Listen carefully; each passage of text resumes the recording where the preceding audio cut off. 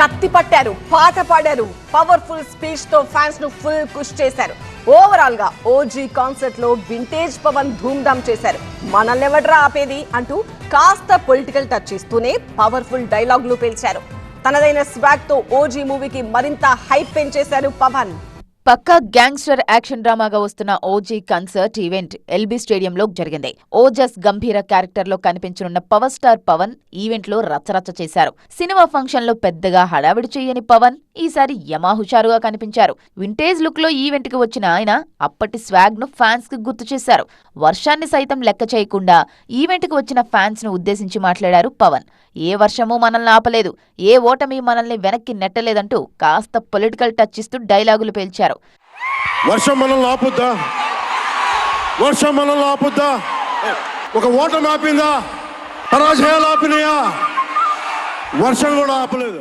సినిమాలు రాజకీయాలు వేరన్న పవన్ సినిమాలు చేస్తున్నప్పుడు కేవలం సినిమాల గురించి ఆలోచిస్తానన్నారు. ఇటు పాలిటిక్స్ చేసేటప్పుడు పాలిటిక్స్ తప్ప మరో ఆలోచన ఉండదన్నారు. ఈరోజు జనంతో కొట్లాడుతున్నాను, పాలిటిక్స్ లో కొట్లాడుతున్నాను, మీరు ఇచ్చిన బలం కదా. But when it comes to cinema, ఆమె సినిమా బఫ్, సినిమా ప్రేమికుణ్ణి. సినిమా తప్ప నాకు, సినిమా చేసేటప్పుడు సినిమా తప్ప నాకు వేరే ఆలోచన ఉండవు. పాలిటిక్స్ చేసేటప్పుడు పాలిటిక్స్ తప్ప నాకు మళ్ళీ వేరే ఆలోచన ఉండవు. ఓజీ కన్సర్ట్ లో కత్తిపట్టిన పవన్ ఇంట్రెస్టింగ్ కామెంట్స్ చేశారు. ఓ డిప్యూటీ సీఎం అన్న సంగతే మర్చిపోయానన్నారు. నేను డిప్యూటీ సీఎం అని మర్చిపోయాను. నేను ఈ రోజు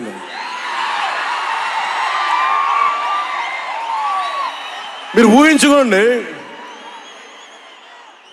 ఒక డిప్యూటీ సీఎం ఇలా కత్తి పెట్టుకొని వస్తే ఎవరన్నా ఊరుకుంటారు చెప్పండి? సినిమాల్లో కాబట్టి చెల్లిపోయింది.